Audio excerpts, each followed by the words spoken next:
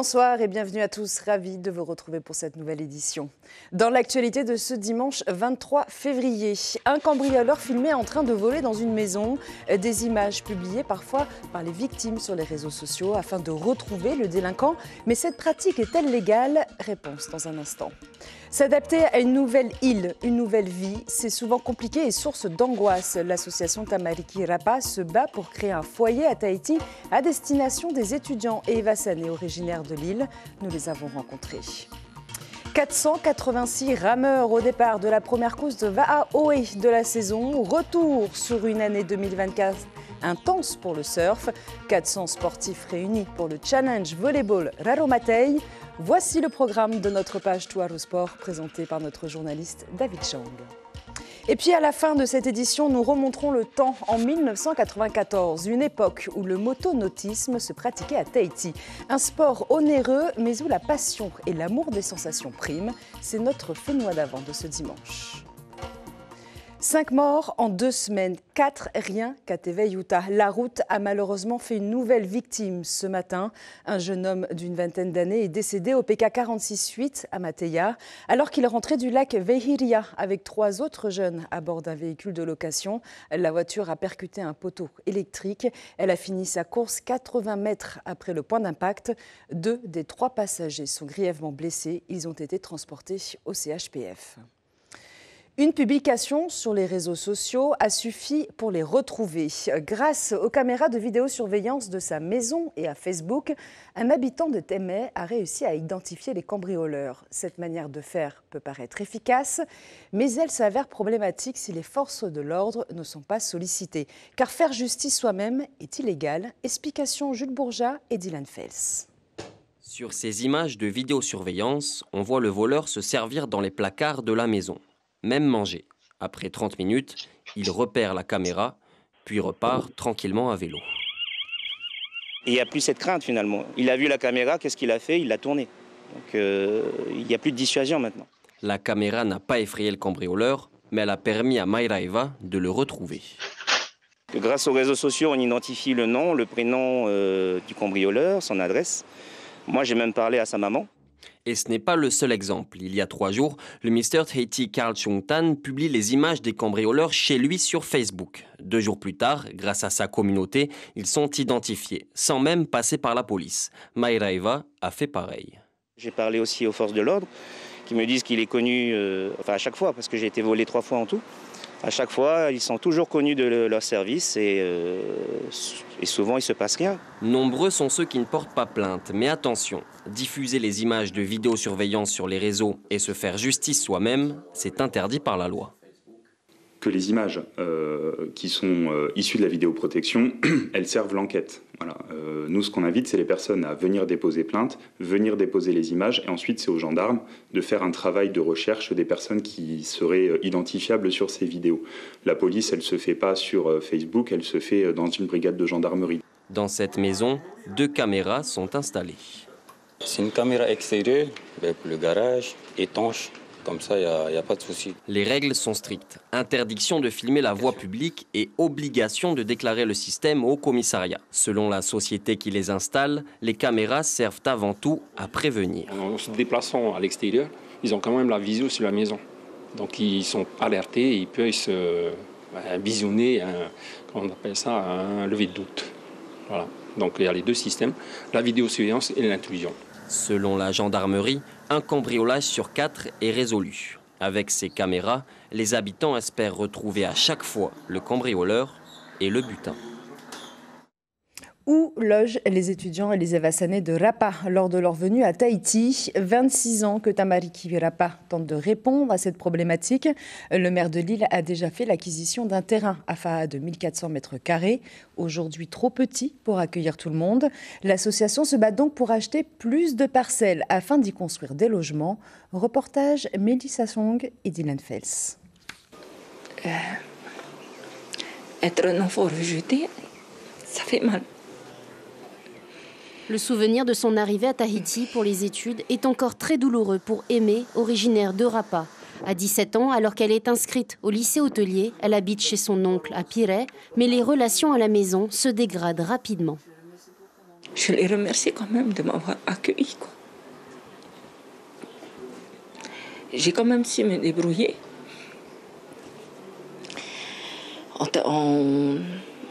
en faisant des extras. L'histoire de Aimé n'est malheureusement pas isolée. Il y a beaucoup d'élèves, quand ils viennent ici, ils rencontrent des difficultés chez la famille. Et ensuite, ils quittent l'école, ils rentrent. Parce que soit ils ne sont pas à l'aise dans la famille, ou soit... Avec l'association Tamari Kirapa, Veini réclame depuis une vingtaine d'années un logement pour les habitants originaires de l'île en déplacement sur la capitale, qu'ils soient étudiants ou en Evassan. L'acquisition d'un terrain pour ce foyer est actuellement à l'étude. Normalement, 1 hectare. Et le maire, il a dit peut-être on va prendre 6 000 mètres carrés. Comme c'est sur la montagne, c'est haut. Et c'est plat. Pour que le projet sorte de terre, l'association a déjà récolté 50 millions de francs pacifiques.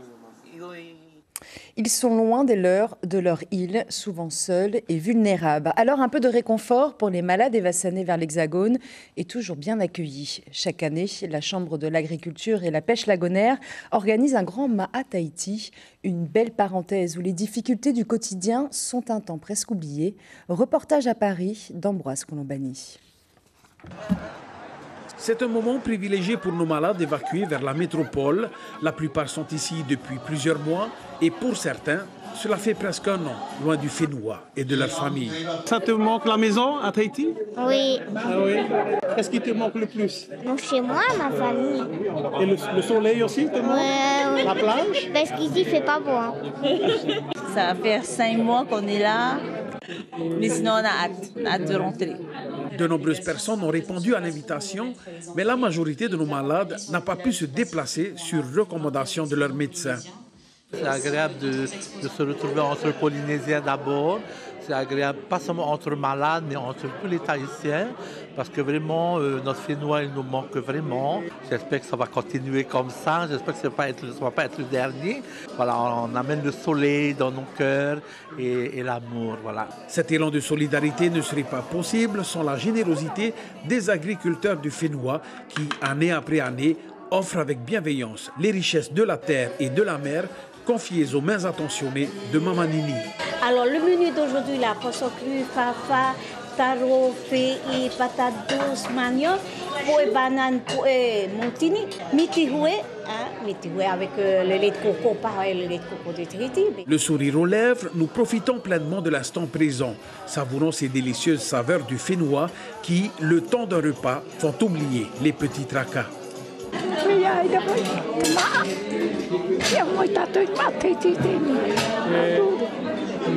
Après le déjeuner, bercé par une ambiance musicale chaleureuse et les paroles réconfortantes du pasteur, les convives ont puisé de nouvelles forces pour affronter leur quotidien en attendant avec espoir une éventuelle date de retour au Fénois.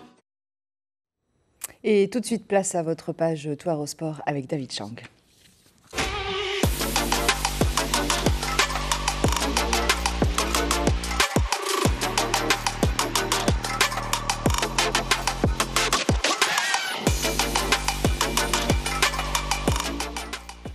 Bonsoir à tous, bienvenue dans cette nouvelle édition. La Ta'arua Race était organisée hier à Punauia. Iloha Eshen est arrivé en tête chez les dames devant Ranitia Mamatui et Vaimiti Maoni.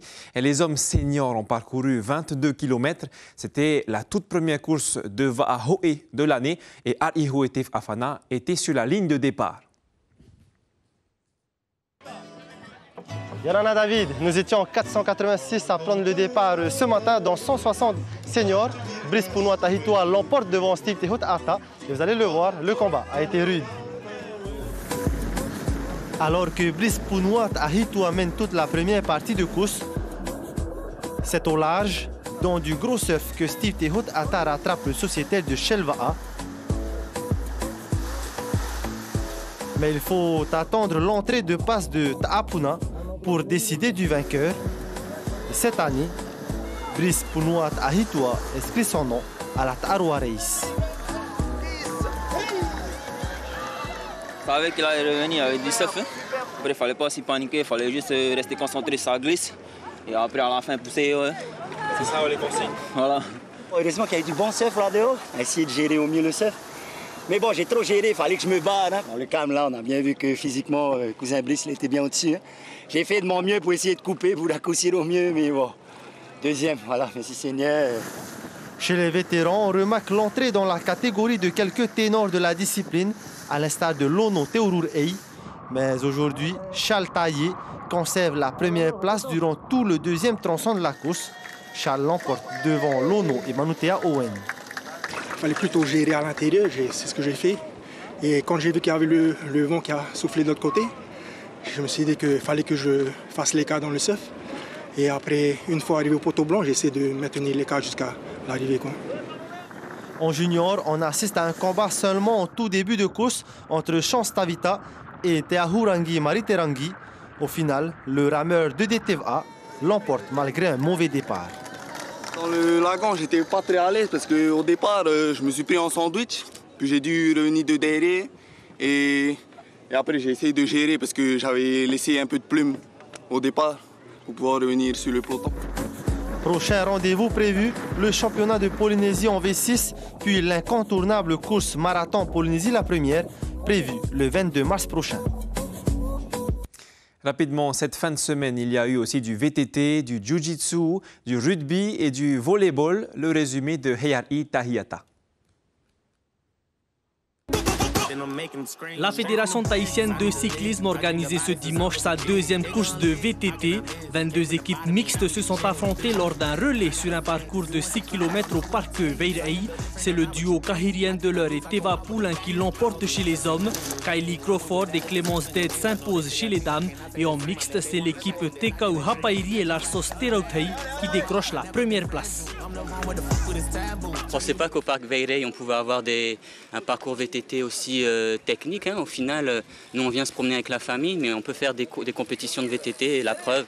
Ben ouais, il ne faut pas hésiter à venir participer, à se lancer, parce que même s'il y a des parties techniques, on descend du vélo, on pousse, et voilà, mais on arrive quand même à se faire plaisir. Donc voilà, il ne faut pas avoir peur, il faut essayer. Participation record pour le National BJJ Guy 2025, la première étape du championnat de Polynésie en jiu-jitsu brésilien. Plus de 300 athlètes se sont affrontés ce samedi au complexe sportif de Mahina. C'est le club Surpass Team qui arrive premier avec 15 médailles d'or au total. La Fédération polynésienne de rugby a organisé cette semaine son challenge rugby à 10. 3 rencontres ont été organisées, parmi elles le match de Pirée contre Jeunesse Rugby Moorea samedi après-midi. Score final 19-7 pour Moorea. De belles performances à noter pour le club de l'île-Sœur. On a vu des équipes motivées à avoir envie de refaire du rugby. Et là, cet après-midi, j'ai envie de te dire qu'on peut féliciter JRM, Moorea, qui est venu vraiment pas pour faire du tourisme. Ils sont venus, ils ont 2 belles victoires à leur actif cet après-midi, donc bravo à eux. Et à Hivaoa, la Fédération polynésienne de volleyball organisait le grand retour du Challenge des archipels aux Marquises après 10 ans d'absence. 210 athlètes de tout l'archipel se sont réunis. Chez les seniors, ce sont les hommes de Nukuhiva et les femmes de Uapou qui ont remporté les premières places.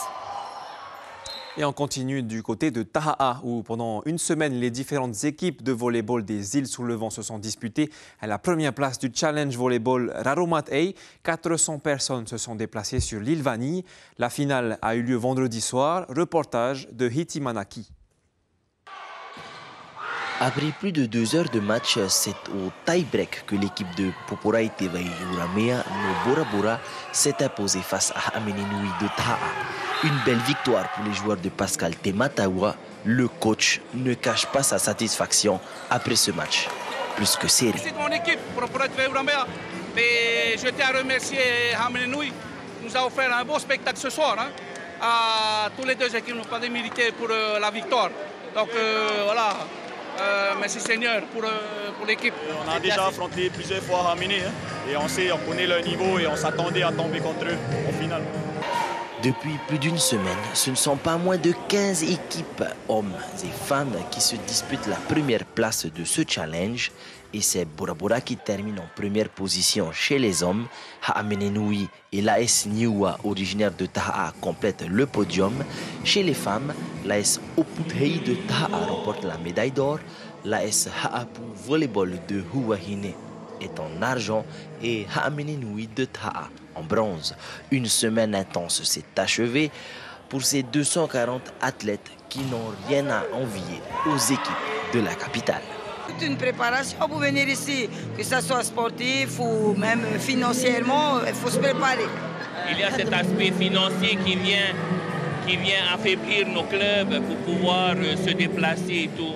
Et donc j'encourage notre gouvernement à avoir un regard sur ces clubs qui ne demandent qu'à évoluer.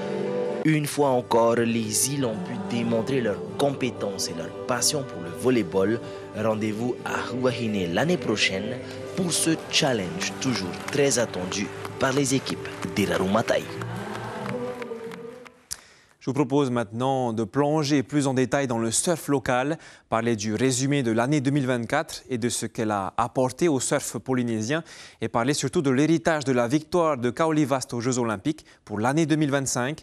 La Fédération tahitienne de surf réserve beaucoup de grands rendez-vous dans son calendrier de cette année. Arihoe Tef Afana a rencontré Max Vazna, le président de la fédération. C'est notre entretien de la semaine. Max Vazna, Yorana.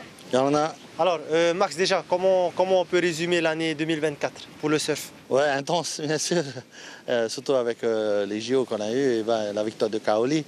Mais c'était une année assez difficile parce que bon, je venais prendre la présidence de la fédération avec une nouvelle équipe. Il faut avoir ses repères. On avait pas mal de choses à faire, surtout de répondre à tous les doléances. On a fait aussi le tag team la semaine d'avant les JO. On a fait le relais aussi de la flamme, enfin énormément de choses. Et aussi, voilà, c'était une belle année par contre, une belle année intense, mais belle année, et surtout avec la victoire de Kaoli et la victoire aussi de Vahine, pas oublier à la Tahiti Pro, et qui s'est qualifié pour le WCT, donc une année très riche pour le surf polynésien. Cette année, comment va se dérouler le championnat? Il y a des nouvelles étapes. C'est quand même intéressant cette année pour le championnat. Ben, on a d'abord la délégation du service public qui a été lancée par le ministère, donc il faut répondre à cette demande-là et ça nous a donné une réflexion avec aussi les JO qui s'est passé, comment dynamiser le championnat. Le championnat adulte, on a mis du surf, bodyboard et longboard et avec une étape à Teahupo aussi. Assurer aussi le calendrier pour que le calendrier soit plus ou moins adéquat par rapport aux compétitions internationales pour que nos athlètes locaux qui vont faire l'international puissent participer dans ce championnat pour être parmi les meilleurs sélectionnables de Tahiti. On va aussi intégrer les femmes, les filles dans les trials pour permettre d'avoir la meilleure surfeuse locale pour pouvoir affronter Awasa Wildcat pour la Tahiti Pro. On a 3 QS, il me semble, cette année. Ça va se passer comment? Ça va se passer où? On a fait le choix de rester dans la région Tahiti-Hawaï, qui nous permet d'être plus abordable et plus atteignable et faciliter aussi nos athlètes. Donc, on va l'organiser ici sur Tahiti. Donc, il y aura une étape à Tapuna au mois de mai et la semaine d'après, il y aura une étape ici à Papara. Et finir par Rangiroa en 2026, au mois de mars en 2026, l'année du WSL. Et donc, Rangiroa va être un peu la dernière étape du championnat qui pourrait donner le titre de champion du QS région Tahiti-Nui à Hawaï. Pour les Jeux du Pacifique qui arrivent, le surf peut ramener beaucoup de médailles. On a toujours beaucoup de médailles et beaucoup de titres aussi. Et donc, on s'y prépare. Mais bon, on ne va pas être chauvin. Hein. C'est juste qu'il n'y a pas de secret. Il faut s'entraîner, il faut se préparer. Donc, c'est pour ça qu'on essaie de dynamiser au mieux et de bien travailler avec le COPF, avec toutes les structures et toutes les institutions pour qu'on puisse très bien travailler pour préparer au mieux nos athlètes. Maruru, hein, Max Vazna, président de la fédération. Maruru pour d'avoir répondu à nos questions. Voilà. Thanks. Okay. Et voilà, c'est déjà la fin du Tout Arosport. Je vous retrouve la semaine prochaine pour toujours plus de sport. Tout de suite, retrouvez Suliane Favnek pour notre rubrique du dimanche, Fais-nous en avant.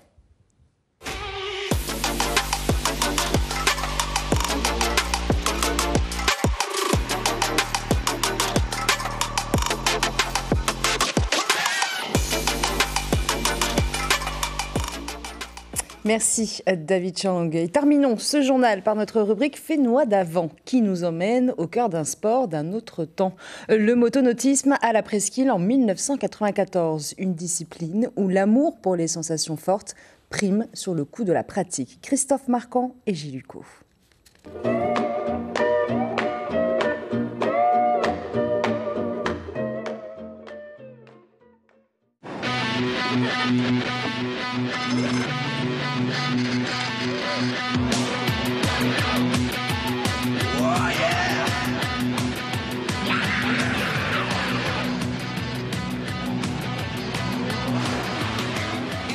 Un bateau comme ça, compris avec un moteur, ça nous revient à 1 million.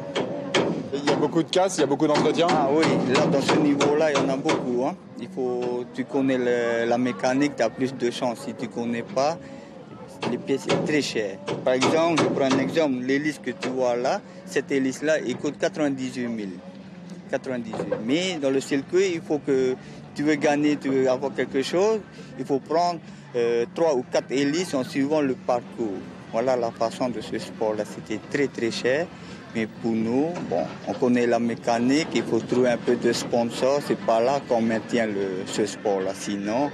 Sinon, c'est le bouillon pour le motonautisme, une passion onéreuse dont les adeptes fous de vitesse et d'émotion ne se passeraient pour rien au monde. Pas de compétition officielle en 94, mais quelques rendez-vous, histoire de se tirer la bourre à l'image de cette 3e course-exhibition organisée pour clore avec panache les fêtes de juillet de la presqu'île. Très à l'aise sur mer plate, le seul catamaran 50 chevaux piloté par Willy Wamfo réalise le meilleur temps en bouclant les 10 tours contre la montre en 3 minutes 39. En catégorie 70 chevaux monocoque, victoire de Marc Teveitei en 3,52 devant César Apuari et Mariotto Tuiva. Les pilotes ont souffert mais ils aiment ça et le public a apprécié cette première à la presqu'île. L'information principale de ce dimanche 23 février. 5 morts en 2 semaines, 4 rien qu'à Teveiuta. La route a fait une nouvelle victime ce matin. Un jeune homme d'une vingtaine d'années est décédé au PK 46 suite à Mateia, alors qu'il rentrait du lac Vehiria avec 3 autres jeunes à bord d'un véhicule de location. La voiture a percuté un poteau électrique. 3 des occupants sont blessés, dont 2 grièvement. Ils ont été transportés au CHPF. Sur notre antenne radio, demain matin, Corinne Tehetia recevra comme invité café le président Moetai Brotherson. Il viendra spécialement parler des résultats du diagnostic sur l'ICE lancé en mai dernier par le ministère de la Jeunesse et de la Prévention contre la délinquance. Demain, Tahiti Info titre le chantier de la discorde à Moorea.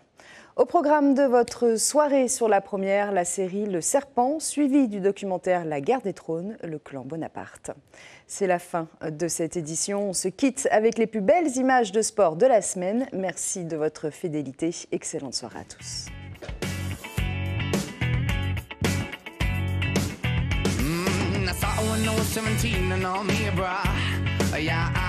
You don't even know what it means, so let me explain, I go very far for my dreams, and I believe, but I don't need no money in my jeans, you have to be an artist, 1, 2, 3, this is no music, this is life, this is what I live for, so let me introduce myself, cause I don't take no more, there's too many stupid people and they have control, I got a plan in my mind and I won't let go, I got the pistol in my head, pop, shot that I don't wanna hear, so please shut up and now, hey, follow me now, so hey, follow me now, so hey. Retrouvez ce programme en replay sur notre site internet.